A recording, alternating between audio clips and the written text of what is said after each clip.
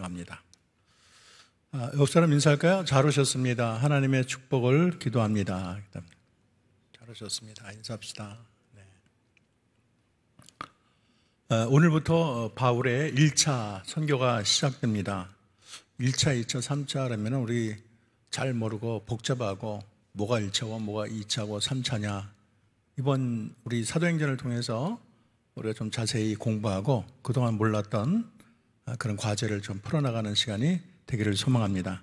오늘부터 1차 여행인데 사도행전 13장 4절에서 14장 28절에 걸친 내용인데 한 2년에 걸쳐서 사도 바울이 여행한 그런 내용을 다루고 있습니다. 여러분 사진을 보게 되면은 PPT를 보시면은 안디옥에서 시작하죠. 그 다음에 어디로 갑니까? 실루기아. 그 항구에서 떠나가지고 구브로 섬에 가요. 구브로 섬. 구브로 섬에 가면 실라미라는 그런 실라미라는 지역에서 시작해서 바보, 양쪽 끝이죠. 실라미에서 바보로 가는 것을 알고 있습니다. 그래서 오늘은 구브로까지의 선교 여행을 다루고 있습니다. 전체 4절, 5절을 보게 되면 이렇게 되어 있어요. 두 사람이 성령을 보내심을 받아 실루기아에서 내려가 배 타고 구브로에 가서 실라미에 이르러 하나님의 말씀 유대인의 여러 회당에 전할세 요한을 수행으로 두었더라. 여러분 이제 이해가 되겠죠? 구브로 섬에는 실라미로 갔다고 했습니다. 출발점은 실루기아에서. 그래서 오늘 이 두 사람을 보낸 것은 일단은 성령님이라고 말을 하세요. 성령님께서 이 둘을 보냈어요. 어느 지역으로 가라. 하나님께서 인도하셔요. 근데 이 구브로가 오늘날은 사이프러스, 키프로스 그렇게 부르고 있습니다. 항구 도시인데 실루기아 남서쪽에 100km 지점 정도가 됩니다. 아까 사진에서 온 것처럼. 그래서 이 본격적인 이방인 사역이 시작되는 곳이 바로 선교 사역의 첫 스타트가 구브로 섬이 되는 것입니다. 근데 이 구브로 섬은 지중해에서 시실리 섬과 그레데 섬 다음으로 세 번째로 큰 섬이에요. 몇 번째로 크다 그랬어요? 첫 번째는 뭡니까? 시실리. 두 번째는 그레데. 세 번째가 뭐죠? 구브로, 사이프러스, 키프로스 요즘 이름이죠. 근데 이 섬이 BC 57년에 로마에 합병되고 BC 27년에 단독 지방이 됐어요. 그래서 총독을 대행해서 지금 거기 로마 총독이 지배를 하고 있습니다. 근데 중요한 건 이곳이 바나바의 고향이에요. 자기 고향에 간 거야, 쉽게 말해서. 그러니까 이 전도를 처음부터 어렵고 물설고 낯설고 생소하고 이런 데 간 게 아니라 잘 아는 고향에 자기 친정집 쉽게 말해서 그렇게 간 거예요. 그런데 여기 보면은 이 구브로가 안디옥의 그 주민들, 안디옥의 성도들이 그 고향에 많이 있었어요. 그러니까 안디옥의 성도들이 제일 마음 편해하고 그리고 이 자기들에게 익숙한 지역이 구브로예요. 그 구브로에 가서 먼저 우리가 복음을 전하자 그렇게 된 것이죠. 근데 오늘 본문을 봤더니 여러분 몇 절인가요? 5절에 보면 뭐라 되어 있어요? 살라미에 이르러 하나님의 말씀 유대인의 뭐라 그랬습니까? 여러 회당이 나오고 있어요. 그래서 이 사도 바울이 복음을 증거할 때 회당을 많이 사용한 것이 사도 바울의 전략입니다. 왜냐하면 이것이 원래 유대인들이 여호와 신앙을 고수하느라고 자주 모였던 곳이고 거기서 이제 각종 집회를 하기가 굉장히 편했어요. 그리고 먼저 예수님을 증거하려면 성경부터 얘기를 해야 되잖아요. 예수님 어디부터 이야기를 합니까? 구약을 들어서 우리 베드로 설교를 봐도 그렇고 이제 바울의 설교를 봐도 그렇고 다 성경을 가지고 예수님을 증거해야 되는데 그때 성경은 구약 성경이잖아요. 그 구약을 얘기하고 나서 바로 이 예수님이 성경에 말한 자다 이렇게 말해야 되는데 그 성경을 자유롭게 얘기할 수 있는 곳이 이 회당이에요. 그래서 복음을 증거하는데 굉장히 용이한 적이라는 것을 알 수가 있습니다. 그리고 이제 그렇게 증거하다 보면 자연스럽게 이방인에까지 복음이 전파되겠다는 그런 생각이 있었죠. 그래서 사도 바울의 어떤 선교의 전략 10가지를 보면 그 중에 꼭 들어가는 것이 회당에서 복음을 증거했다. 그렇게 되죠. 그 다음에 여기 보면 요한을 수행원으로 됐다 그랬어요. 여러분 5절에 보면 요한을 수행원으로 두었더라 그렇게 됐어요. 요한은 바나바 조카의 자기 조카 마가 요한을 말하고 있습니다. 사도 요한 이러면 안 돼요. 세례 요한 더더욱 안 됩니다. 누구예요? 마가 요한. 따라합시다. 마가 요한. 바나바 이 사울이 기근이 많아서 고통받는 예루살렘을 돕기 위해서 안디옥에 이제 구제연금을 전하는데 그때 거기 갔다가 귀환하는 길에 마가 요한을 데리고 안디옥에 왔습니다. 그래서 이 수종 들었다는 것은 구브로에서 갑자기 택했다는 것이 아니고 안디옥 교회를 떠날 때부터 데려갔다는 것을 알 수가 있습니다. 그리고 여기 수행원이라는 단어가 이제 원어로 보면 배 밑바닥에서 노젓는 노예 이런 의미가 있어요. 그리고 성경에서 말할 때는 이제 관청이나 성전에서 소속된 어떤 종이나 관원을 얘기하고 있습니다. 근데 이제 마가 요한이 단순히 사울과 바나바의 몸종으로 간 건 아니에요. 그 수준이 아니고 선교 사역을 보좌하는 거예요. 함께 복음 사역에 동참하는 그런 역할을 하는 것입니다. 사실 마가는 본래 예루살렘 교회 출신이고 예루살렘이 태동할 때 가장 그 마가의 다락방이라 그랬잖아요. 마가의 다락방을 제공을 해서 우리가 이렇게 예루살렘 교회가 생기잖아요. 그러니까 교회의 설립의 어떤 모태가 되는 존재예요. 굉장히 또 부자예요. 그래서 우리 교회도 뭐 기록이 있잖아요. 어디서 우리가 한영 방직에서 시작했고 뭐 그 2층에서 뭐 예배를 드렸다 뭐 이런 구절이 있잖아요. 그렇게처럼 처음 예배의 기초를 준 것이 바로 마가 요한입니다. 그래서 이 마가 요한이 이제 부자는 아니지만 큰 선교의 비중을 차지하고 선교여행단의 일원이 되고 협력 선교를 하고 나중에 이 마가복음을 쓰는 그런 큰 쾌거를 낳기도 합니다. 여러분 6절과 7절 한번 읽어보겠습니다. 온 성 가운데로 지나서 바보에 이르러 바 예수라는 유대 거짓 선지자 마술사를 만나니 그가 총독 서기오 바울과 함께 있으니 서기오 바울은 지혜 있는 사람이라 바나바 사울을 불러 하나님의 말씀을 듣고자 하더라. 여러분 다시 한번 이제 사진을 지도를 한번 보겠습니다. 지도를 보게 되면 바보에 갔다 그랬어요. 바보가 어디에 있습니까? 살라미에서 저 구브로섬 왼쪽 끝에 있죠? 그래요, 안 그래요? 셀라미에서 구브로섬으로 갔잖아요. 저 끝에서 끝을 간 거예요. 그러니까 이 구브로섬 전체를 쫙 관통한 거죠. 그래서 한 180km 정도 된다 그래요. 그렇게 떨어진 곳에 거기는 로마의 총독의 관저가 있고 그리고 여신 파피안을 숭배하게 하는 아프로디테 신전 그리고 비너스 신전 이런 것이 있다 그래요. 그래서 이 비너스를 숭배하기 위해서 난잡한 그런 성행위를 머슴지 않았습니다. 4세기 교부로 유명한 아테나시우스는 이곳의 종교를 가리켜 세교계 종교다 그렇게 말할 정도였어요. 굉장히 타락한 지역이 한마디로 굉장히 썩을 대로 썩은 곳이죠. 근데 바나바 사울 두 사람이 온 섬 가운데 지나갔다. 약간 이게 자연스러운 해석은 아닌데 그렇게 해석을 계속 해놨어요. 온 섬 가운데 지나갔다. 이거는 구브로 섬의 모든 마을을 쫙 순회하고 전도를 했다는 것을 우리에게 알려주고 있습니다.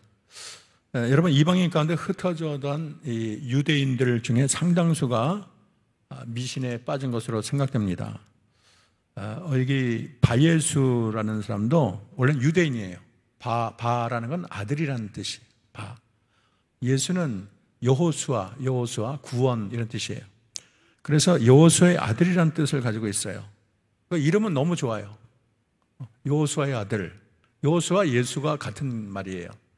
근데 이 사람이 지금 미혹하는 거짓 선지자가 되고 말았습니다. 마술사라 그래요. 근데 이제 율법에 따르면 박수, 마술사 이런 사람은 반드시 죽여라. 공동체 가운데 제하도록 율법이 아주 언급하고 있습니다.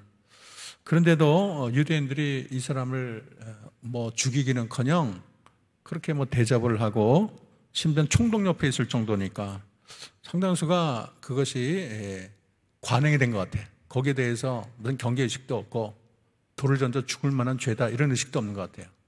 다 그것이 아주 자연스럽게 될 정도로 그 사회가 굉장히 타락해 있습니다. 이 사람은 총독 서기오 바울 곁에서 강령술이나 종교적 마술, 점치고 이런 거 해서 돈을 벌던 자예요. 그래서 이 사람이 이제 바울의 선교에 방해물로 등장을 했습니다. 근데 이 서기오 바울은 바예수의 가증되고 허황된 미혹을 뿌리치고 하나님의 말씀을 듣고자 하는 마음이 있었어요. 그래서 지혜롭다고 설명하고 있습니다. 굉장히 지혜로운 사람이라고 설명하고 있어요. 그래서 이거를 보면 그가 이제 그리스도에 대해 복음에 대해서 관심이 많은 것으로 이해할 수가 있습니다. 이 바보의 총독 서기오 바울은 로마 클라우디우스, 그분이 이제 41년에서 54년 그렇게 황제 때인데 이때 섬의 총독으로 파견받은 자예요. 그리고 로마의 원로원의 의원의 선거권을 가진 굉장히 명망 있는 총독입니다. 근데 그 옆에 마술사 바예수가 딱 있어요. 그래서 그를 자문관으로 두고 자기 어려운 것을 점치는 거죠. 쉽게 물어보고 거기에 상담을 하고 그런 역할을 했습니다. 근데 오늘 7절을 봤더니 우리 7절 다 같이 한번 읽어봅시다. 7절 시작. 그가 총독 서기오 바울과 함께 있으니, 서기오 바울은 어떤 사람이라 그랬어요? 지혜 있는 사람이라. 바나바사를 불러 하나님의 말씀을 듣고자 하더라. 그렇게 했어요. 서기오 바울은 굉장히 지혜롭고 생각이 깊고 분별력이 뛰어난 자라고 생각할 수가 있습니다. 일단은 이 사울이 전하는 복음에 대해서 관심을 가졌다. 그 진짜 지혜죠. 복음을 내가 들어야 되겠다. 알고 싶다. 그걸 봐서 지혜자고, 또 오랜 자문관으로 있었던 그런 바예수, 그 사람이 나중에 이제 이 사울이 저주를 하니까 눈이 멀거든요. 그러고 나서 복음을 더 신뢰하게 됐어요. 야, 이게 진짜다. 내가 그동안 헛다리 짚었다. 그렇게 깨닫는 거죠. 그것도 지혜예요. 그렇게 돌아설 때 딱 돌아서야 돼. 수십 명 내가 있더라도 진리를 발견하면 점프할 줄 알아야 돼. 그냥 그동안 했으니까 하나님 믿는 것 같은데 우리 계속 그냥 불교 믿자. 이건 지혜가 아니에요. 그래서 이 서기오 바울은 굉장히 지혜가 있는 자라는 걸 알 수가 있습니다. 8절 한번 읽어보겠습니다. 이 마술사 엘루마는 이름을 번역하면 마술사라. 그들을 대적하여 총독으로 믿지 못하게 힘쓰니. 지금 이 마술사 엘루마가 하는 일이 뭐냐면 뭐 한다 그랬어요? 믿지 못하게 한다. 따라합시다. 믿지 못하게 한다. 총독이 복음을 믿을까봐 전전긍긍했다는 거예요. 이 말을 이제 다른 원어적으로 해석하면 총독을 믿음으로부터 벗어나도록 힘쓰니, 그렇게 말을 하고 있어요. 그래서 아주 별합을 다 이설을 쏟아놓고 그 복음이 엉터리라는 것을 강조하고 그러겠죠. 그런데 귀 기울이면 안 된다. 그렇게 되겠죠. 당신은 하나만 믿어야지 그런 다른 신에 귀 기울이면 안 되겠다. 이런 얘기를 할 거예요. 그래서 여러분, 사탄이 하는 일 중에 하나가 뭐냐면 복음에 귀를 기울이지 못하게 하는 게 사탄의 가장 주된 관심사예요. 그래서 이 교회를 처음에 딱 오면 상처받게 만들어. 그래서 세교들이 상처를 많이 받아요. 이래서 상처받고 저래서 상처받고, 그래서 교회를 떠나게 만들어. 사탄이 하는 거예요. 그래서 복음이 접근하는 걸 막아요. 또 어떤 분은 자책을 해. 나 같은 게 교회 다닐 수 있겠어. 이게 사탄이 쓰는 아주 전공이에요. 내가 술, 담배 하는데 내가 무슨 교회 갈 수 있겠어. 그리고 교회 안 나가. 근데 그분이 나중에 교회 다니느냐? 안 나와. 왜냐하면 술, 담배 평생 못 끊으니까 교회 못 나오죠. 또 내가 이렇게 가난한데 교회 가서 덕이 안 되지. 그래도 먹고 살만하면 내가 교회 가겠다. 내 자녀들이 다 키우고 나면 그래서 교회 가겠다. 다 이렇게 나중에 믿어야 되는데 꼭 이유를 대요. 그래서 연기하게 만들어. 근데 나중에 믿으려고 그랬더니 죽기 1분 전이야. 이게 사탄의 전략이에요. 그래서 복음이 안 돌아오게, 또 어떤 경우는 실족하게 만들어. 교회 갔더니 그 장로 그런 거 보고 나 교회 안 다닌다. 이런 사람은 나도 보면은 실족해서 안 다닌다. 신방에 보면 그런 사람 많아요. 뭐가 대판 싸우는 거 보고 교회를 안 다닌다. 그런 사람 전에 있던 교회에서 왜 견해 교회 달다더니 안 다닌다는 거예요. 왜 그러냐 했더니 상처를 입었다. 다 사탄의 역사예요. 상처받고 정말 사람 보고 교회 오는 게 아니잖아요. 우리 하나님 보고 오는데 사람 때문에 상처받고 하나님을 버려. 얼마나 어리석습니까? 하나님을 버리면 그건 말이 안 되죠. 사람과 무슨 관계 있어요? 하나님은 하나님이지. 우리 하나님 보고 믿는 거지. 사람과 관계 없잖아요. 그런데 사람에게 상처를 받아서 교회를 안 다녀. 그게 바로 사탄의 전략이에요. 여러분 루터가 여러분 종교개혁을 할 때 사탄의 죄목을 탁 보여주고선 네가 이렇게 죄가 많은데 네가 무슨 종교개혁이냐. 너 네 자신이나 해라. 그게 사탄의 전략이에요. 그래서 우리를 낙심하게 하고 좌절하게 하고 하여간 복음에서 멀어지게 하는 게 사탄의 전략이라는 걸 알아야 되겠습니다. 그리고 9절에서 11절 제가 읽겠습니다. 바울이라는 사울이 성령에 충만하여 그를 주목하고 이르되 모든 거짓과 악행이 가득한 자여 마귀의 자식이여 모든 의의 원수여 주의 바른 길을 굳게 하기를 그치지 아니하겠느냐. 보라 이제 주의 손이 내 위에 있으니 내가 맹인이 되어 얼마 동안 해를 보지 못하리라 하니 즉시 안개와 어둠이 그를 덮어 인도할 사람을 두루 구하는지라 그랬어요. 사울이 딱 보고선 저주를 퍼부었어요. 뭐라고 저주했습니까? 모든 거짓과 악행이 가득한 자여 마귀의 자식아 의의 원수야 주의 바른 길을 굳게 하는 자야 언제까지 그러겠니? 그렇게 저주를 퍼부었어요. 여기 모든 거짓이라는 말은 물고기의 미끼라는 게 속이는 거잖아요. 가짜잖아요. 그거 딱 물었다가 죽는 거잖아요. 어떤 속임, 어떤 속이려는 속셈을 말을 하고 있어요. 그래서 이 악행이 가득하다 또 그랬어요. 그래서 이 사람의 심령이 얼마나 더럽고 추잡하고 행동이 얼마나 패역하고 부패한가를 잘 나타내고 있습니다. 마귀의 자식이여 의의 원수여 그랬어요. 마귀의 자식이라 하면 끝자는 거 아닙니까? 어떤 사람은 그래 이 세상 모든 사람이 하나님의 자녀라고 그렇게 생각하기 쉽지 아니에요. 이 세상에는 하나님의 자녀도 있고 마귀의 자녀도 있어요. 이 세상은 하나님의 사랑이 많으셔서 모두 다 하나님의 아들이다. 엉터리예요. 이 세상에는 사탄의 자녀도 있고 하나님의 자녀가 있어요. 우리는 잘 몰라. 교회 안에도 사탄의 자녀가 있어요. 교회 안에도 가라지가 있어요. 근데 우리가 구분을 못할 뿐이에요. 어쨌든 마귀의 자식이라 그랬어요. 근데 엘루마란 이름이 바이에스인데 이름 같지 않았어요.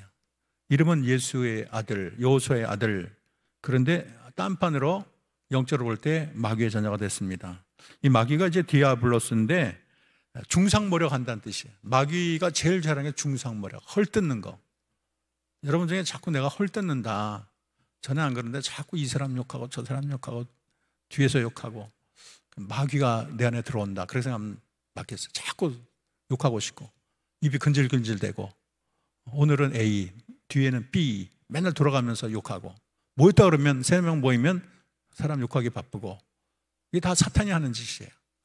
눈에는 안 보이지만 사탄이 그 자리에 있는 거예요.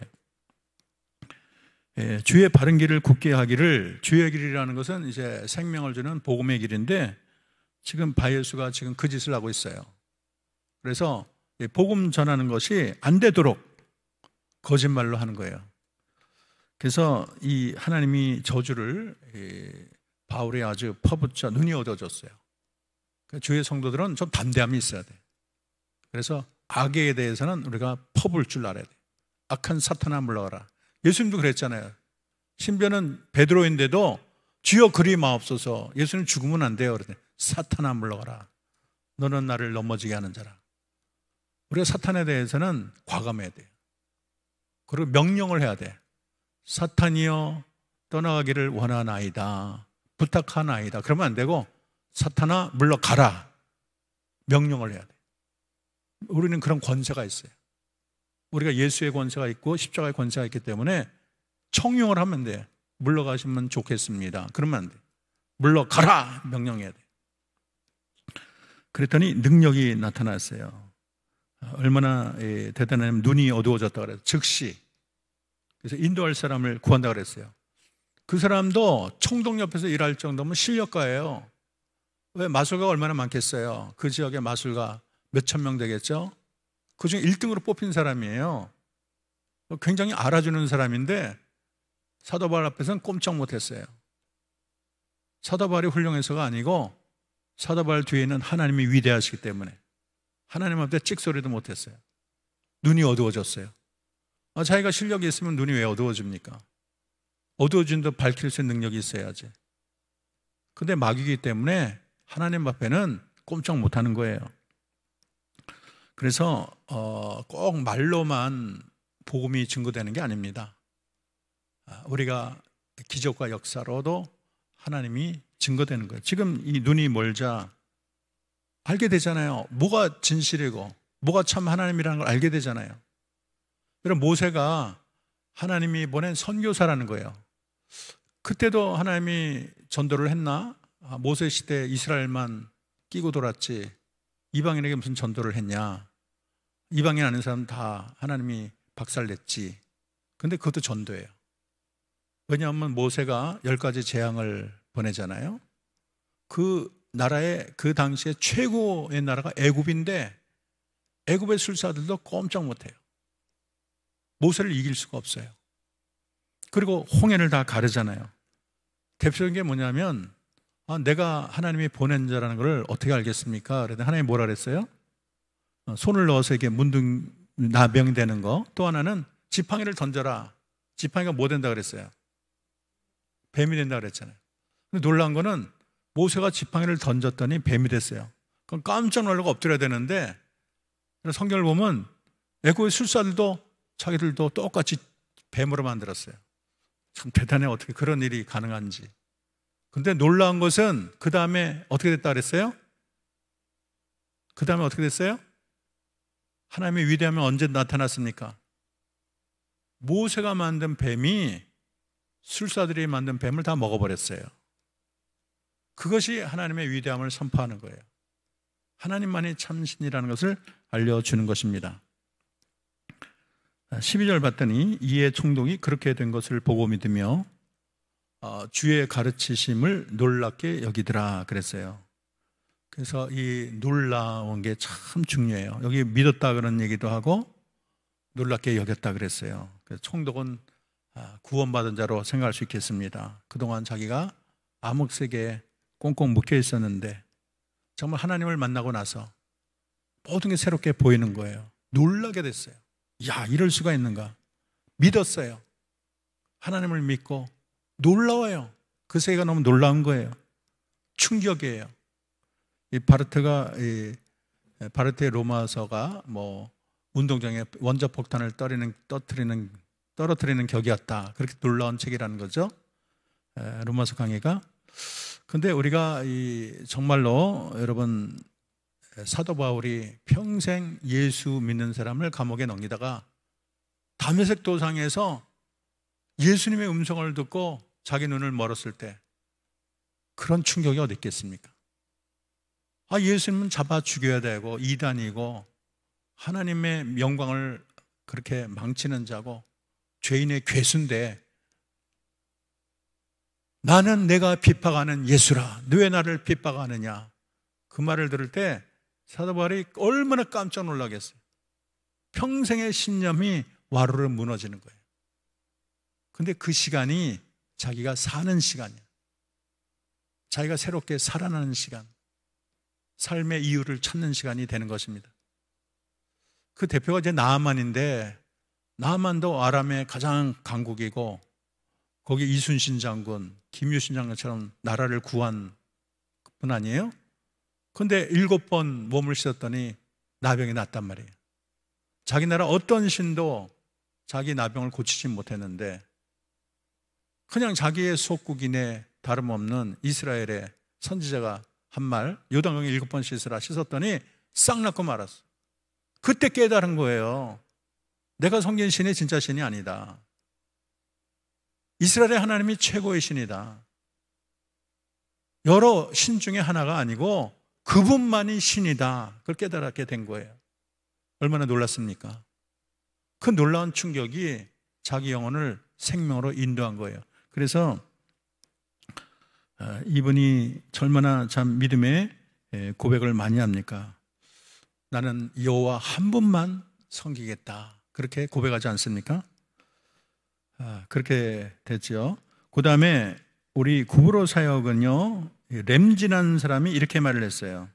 아까 말한 것처럼 여러분 구브로에서 실라미에서 바보까지 거리가 얼마나 됐습니까? 180km, 서울에서 대전 가는 거리예요. 그렇게 긴 거리를 갔지요.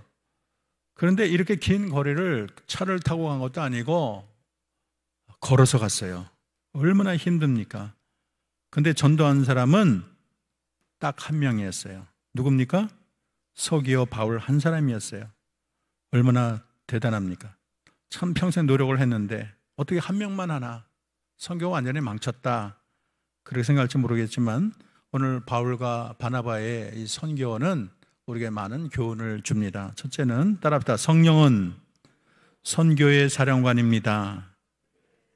오늘 이 말씀을 놓고 바울의 선교 여정을 보면서 우리가 몇 가지 깨달을 게 있어요.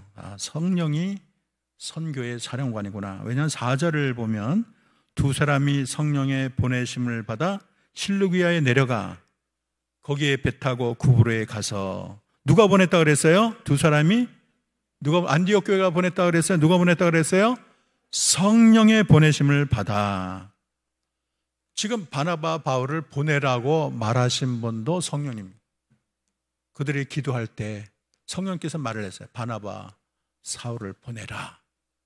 그러면서 지금 가는 길도 하나님이 인도하시고 마게도냐 사람이 와서 도우라. 그 길도 인도해 주시고 유라굴로 폭풍인데 죽지 않는다. 너 가이사 앞에 전해야 된다. 우리 하나님이 선교의 큰 틀을 짜시는 분이시죠. 저는 그 선교 계획이 창세전에 있다고 생각해요. 창세전에 그냥 몇 년 전에 한 게 아니고 창세전에 벌써 계획을 다 플랜을 짜놨어요. 짜놓고 너희들 해라 가만히 있는 분이 아니고 우리 주님이 직접 나서는 거예요. 직접 지시하시고 다스리시고 이끄시고 그 계획을 완성하는 분이 우리 하나님 성령이라는 것을 알아야 되겠습니다. 저는 우리나라를 하나님께서 이 선교 플랜의 최종의 주자로 두신 줄로 믿습니다. 우리나라를 들어서 세계 만방의 복음을 증거하기로 작정하셨고 지금 선교사 파송은 세계 2위라 그래요. 우리 세계선교부 총무랑 대화를 했는데 2위인데 인구별로 보면 미국이 1위죠. 미국은 워낙 많으니까. 인구별로 보면 우리 한국이 1위라는 거예요. 근데 이제 총수로, 절대수로 봐도 한국이 1위 할 날이 멀지 않을 것입니다. 그래서 우리 한국이 마지막 날에 하나님께 들어 쓰시려고 그렇게 시련도 겪고 전쟁도 겪고 그러면서 5,000년 역사를 끝까지 이어온 건 기적이에요. 왜냐하면 수많은 민족이 다 살아났다가 사라졌잖아요. 그래서 우리 민족을 이렇게 살리신 것은 말세의 사명이 있기 때문에 우리나라를 없애버릴 수가 없어. 아무리 주변에 강대국이 있어도 한국은 건들면 안 돼. 그래서 그 사명을 우리가 지금 마지막에 쥐고 있는 거예요. 그래서 우리가 하나님이 나를 향한 계획을 생각하시고 그 사역이 무엇인가, 그 사역, 우리 민족을 향한 계획, 우리 한역교회를 향한 계획을 우리가 아시고 그 사역을 열심히 하는 것이 우리의 본분인 줄로 믿습니다. 그리고 두 번째는 선교는 한번 읽어봅시다. 시작. 선교는 사탄을 물리치고 사탄에 묶인 자들을 풀어주는 것이다. 일본에 800만 귀신이 있다 그러고 네팔은 신의 정원이라 그래서 3억 3천에 귀신이 있다 그래요. 얼마나 다 귀신이야. 다 섬겨. 모든 게 다 믿는 신이야. 심지어 살아있는 동물도 살아있는 사람도 신이에요. 이 사탄이 최대의 사기꾼이고 도적이고 사기꾼에 걸리면 뼈도 모처리입니다. 그래서 자기를 믿고 온 사람을 나중에는 다 지옥불에 넣는 것이 사기꾼이에요. 선교라는 것은 예수의 이름으로 십자가의 능력으로 이 사탄의 모든 괴계를 물리치고 사탄의 덫에 신음하는 자를 해방시키는 것이 선교입니다. 지금 엘루마의 눈을 멀게 했다 그랬어요. 마술을 행하는 자, 미신을 퍼뜨리고 미혹하는 엘루마의 눈을 멀게 했습니다. 그래서 선교에 방해를 놓는 그 사람을 하나님께서 치셨어요. 그래서 여기 안개와 어둠이 덮었다 그러는데 이 안개라는 것이 진짜 우리가 볼 수 있는 새벽에 볼 수 있는 그런 안개라는 의미가 아니고, 이 안개는 눈동자의 수정체가 결막이 없는 백내장으로 흐려질 때 쓰는 용어 아클립스라는 단어인데, 그런 어둠을 말하고 있어요. 눈이 어두워진 거예요. 시각장애자가 된 거예요. 그래서 다른 사람을 구하지 않으면 인도를 받을 수가 없어요. 이것은 첫째로 엘르마의 괴계로 꽁꽁 묶여있던 총독 서기오 바울의 눈을 하나님이 열어준 거예요. 이 서기오 바울, 총독을 묶고 있는 악의 세력을 하나님이 다 풀어버린 거예요. 자유를 주신 거예요. 해방을 주신 거예요. 그래서 선교라는 것은 이게 억압되어 있는 사람, 사탄에 눌린 자들, 사탄의 덫에 걸린 자를 풀어주는 거예요. 해방시켜주는 거예요. 우리 옛날에 다방구라는 거 있잖아요. 어릴 때 쫙 쳐 있으면 한 사람이 뛰어가서 탁 치면 다방구 그러면 다 해방되잖아요. 그렇게 조기처럼 매달려 있고 다 구속된 자를 주님의 복음의 능력으로 다 해방시키는 게 이게 선교입니다. 이 세상에는 사탄에 묶인 자가 많아요. 한국의 가장 큰 문제는 음풍과 무당이라고 말할 수 있어요. 한국에 음란이 너무 가득하죠. 옛날에 비너스 신전 이런 데서 수많은 그런 신전을 섬기는 창기들과 그렇게 아주 안 좋은 일이 벌어진 것처럼 한국에 술집이 너무 많고 참 여기저기서 참 청소년들이 다 무너지고 문제가 심각합니다. 또 하나는 점집이 너무 많아요. 사주 보고 무당 찾아가서 나의 운명을 물어보고 음풍이 불면 나라가 망해요. 여러분 TV 보면은 점치는 그런 TV 프로가 많이 나와요. 손금 보고 관상 보고 사주 보고 심지어는 뭐 최면을 걸어가지고 전생에 뭐냐. 공공연히 TV에서 자꾸 그런 걸 보여줘서 백성들로 하여금 거기에 친숙하게 만들어. 아, 저거 해도 되는구나. 재미있다. 그래서 다들 아무 죄의식 없이 그렇게 점을 치고 뭐 TV를 봤더니 뭐 대통령의 운수, 뭐 누구의 운수, 김정일의 운수, 맨날 운수를 보고 무당들이 나와서 얘기하는 것을 우리가 보게 됩니다. 이게 참 문제가 돼요. 무당이 판치게 되면 나라가 흔들거리는 거예요. 이빨이 다 썩게 되면 풍치가 되듯이 그 폐해는 말로 닿을 수가 없습니다. 망조예요. 강남구에 점집을 봤더니 얼마나 점집이 많은지 모른대. 십자가보다 점집이 더 많아. 얼마나 점집이 많은지 몰라. 그래서 점집을 찾는 한국인들 하면 큰 기사가 아마 대단할 거예요. 작년에 다니엘 기도의 무당이었다가 하나님께 돌아온 심선미 성도 제가 한번 영상으로 들려준 적이 있습니다. 이 사람이 이제 신이 내렸다 그래요. 신 내린 걸 이제 거부를 못 한대요. 뭐 죽는다 그러니까 엄마가 대신 중학교 이 사람이 이제 무당이 돼야 된다 그러니까 중학생이 되면 어떻게 합니까? 안 하면 죽는다 그러니까 엄마가 그렇게 무당 역할을 하고 그런 의식을 차리고 그런 어떤 신전 같은 걸 만들고 그렇게 했어요. 그리고 이제는 자기 차례가 됐어요.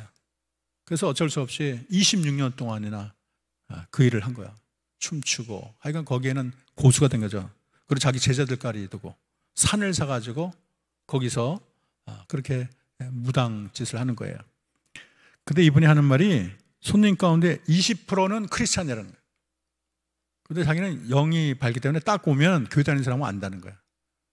자기는 이 신이 안 되면 뭐 저 신에게 물어보고 그걸 당연히 생각했다는 거예요.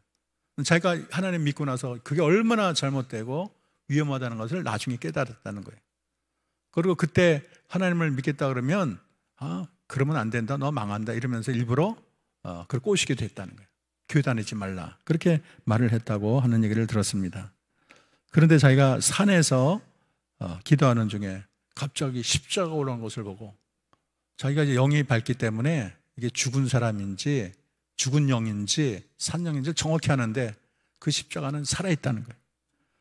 그래서 자기가 그 앞에 엎드리고 신주를 버리게 되면 죽는 거나 다를 바가 없대요. 무당세계는 신주를 그냥 집어 던졌다는 거예요. 그래서 여러분 십자가 부적을 같이 붙잡으면 안 됩니다. 한 발은 교회, 한 집은 무당에 절대 안 돼요. 하나님의 진노가 임합니다. 여러분 성경에 보면 아합이 죽은 뒤에 모압이 이스라엘을 배반했어요. 그런데 아하시아가 사마리아에 있는 그의 다락 난간에 떨어졌어요. 아하시아 왕이 난간에 떨어져서 병이 들었어요. 사신을 보냈어요. 그래서 뭐라냐면 에그론의 신 바알세부백에 이 병이 낫겠나 물어봐라. 점쳐달라는 거죠. 내 병 날까요? 안 날까요? 점쳐달라는 거예요. 그래서 에그론의 신 바알세부백에 병이 낫겠나 물어보라 그래서 가는데 그때 하나님의 사자 엘리야가 하나님이 말해요. 너는 일어나 올라가서 사마리아 왕의 사자를 만나 그에게 이르기를 이스라엘의 하나님이 없어서 너희가 에그론의 신 바알세부백에 물으러 가느냐? 그 다음에 하는 말이 내가 올라간 침상에서 내려오지 못할지라 반드시 너는 죽으리라 그렇게 했어요. 하나님한테 왜 묻지 않고 왜 다른 신에게 점치느냐? 너 반드시 죽어. 하나님이 그렇게 얘기했어요. 정말 위험한 아주 굉장히 우리가 심각히 들어야 될 경고의 말이 되는 것입니다. 여러분 무당 찾아가지 말고요. 부적 있으면 찢어버리시고 사주 보지 마시고 결혼할 때 이사할 때 날짜 하지 마시고 토정 비결 보지 마시고 손금 보고 관상 보지 마시고 우리는 오직 하나님 한 분만을 믿어들 줄로 믿습니다. 그리고 세 번째는 선교는 하나님의 크고 위대하심을 선포하는 사건이에요. 이 하나님의 선교가 결국 하나님이 어떤 분인가를 드러내고 있습니다. 복음이 들어가기 전에는 수많은 신들이 파헤쳐 다 그 신들이 옳은 것 같아. 이 신도 옳아 보이고 저 신도 옳아 보이고 그 다신론이 되죠. 물론 뭐 그 중에는 나는 이 신만을 섬기겠다 저 신만을 섬기겠다 뭐 민족신도 있고 가정신도 있고 그래요. 하나님이 믿기 전에는 다 이것이 진짜 같고 저것이 진짜 같고 그러지만은 하나님의 말씀이 선포되는 순간 세상의 모든 것은 싹 쓰나미처럼 사라지는 거예요. 그 어떤 자도 하나님과 비교가 안 돼요. 세상의 신 다 모아놔도 하나님과 비교할 수가 없어요. 여러분 사탄은 하나님과 대적이 안 돼요. 그러니까 사도 바울이 저주를 할 때 그때 최고의 왕초인 눈이 어떻게 됐어요? 눈이 어떻게 됐다 그래서 갑자기 멀어버렸다 그랬잖아요. 하나님의 역사가 나타났잖아요. 얼마나 대단합니까? 바 예수의 문이 갑자기 눈이 멀고 말았어요. 엘리야의 눈이 멀고 말았어요. 그래서 하나님만이 한 분이십니다. 주님만이 이 세상을 다스리십니다. 하나님만이 나의 구원자십니다. 이런 믿는 신앙이 정말 귀함을 알아야 되겠습니다. 마지막으로는 선교는 한 영혼의 소중함을 깨닫는 거예요. 바울과 바나바의 첫 선교제였던 구브로의 사의 결과는 만족스럽지 않았어요. 한 사람의 결신자만 냈습니다. 근데 한 명만은 구했지만 이분이 얼마나 귀한지 몰라요. 이분을 통해서 그 많은 지역에 구원할 수 있는 그런 터전이 됐고 이분이 이방인의 대표격으로 이방 전체를 상징해서 첫 회심자가 되어서 앞으로 선교가 왕왕이 일어날 것을 알려주는 팡파레가 됐어요. 한 영혼이 얼마나 귀한지 아십니까? 여러분 한 영혼을 위해서 지구 10바퀴를 돌아도 좋아요. 한 영혼을 위해서 여러분의 평생을 바쳐도 좋아요. 한 영혼을 위해서 여러분 전 재산을 써도 좋아요. 그까지 하나를 위해서 내가 평생을 쓰면 그게 무슨 말이 되느냐? 그렇지 않아요. 하나님의 관점에서 볼 때는 한 영혼을 위해서 내 전체를 다 바쳐도 정말로 한 영혼의 가치는 그것을 상상을 초월할 만큼 귀하기 때문입니다. 그래서 예수님이 이 땅에서 사마리아 여인 하나를 구하기 위해서 그렇게 바쁘신 분이 사마리아에 가서 여인을 구하지 않습니까? 여러분 우리 남은 생의 영혼 구원을 위해서 최선을 다해야 될 줄로 믿습니다. 갈 길을 밝히 보이시니 주 앞에 빨리 나갑시다. 우리를 찾는 구주 예수 곧오라 하시네. 죄악 벗은 우리 영혼은 기뻐 뛰며 주를 보겠네. 하늘에 계신 주 예수를 영원히 섬기리. 우리가 복음 증거 영혼 구원의 기쁨을 만끽하며 주신 사명을 위해 최선을 다하는 저와 여러분 되기를 주의 이름으로 축원합니다. 아멘. 기도합시다. 하나님 그렇습니다. 아버지 하나님 한 영혼의 구원이 얼마나 중요합니까? 세상은 사탄이 득실거리는 세상입니다. 우리가 하나님 사탄의 권세에 눌려있는 자들에게 하나님의 복음을 전해서 저들의 모든 억압의 사슬에서 벗어나 참 자유를 얻고 하나님을 섬기게 도와주옵소서. 그래서 온 세상이 하나님이 한 분임을 증거하는 찬미로 가득 차게 하옵소서. 우리 한영교회가 우리 나라가 또 이 자리에 있는 우리 각자가 하나님께서 우리에게 주시는 사명을 더 깊이 깨달아 하나님 그 사명을 위해 살고 사명을 이루기 위해서 최선을 다하게 하옵소서. 예수님의 이름으로 기도합니다. 아멘.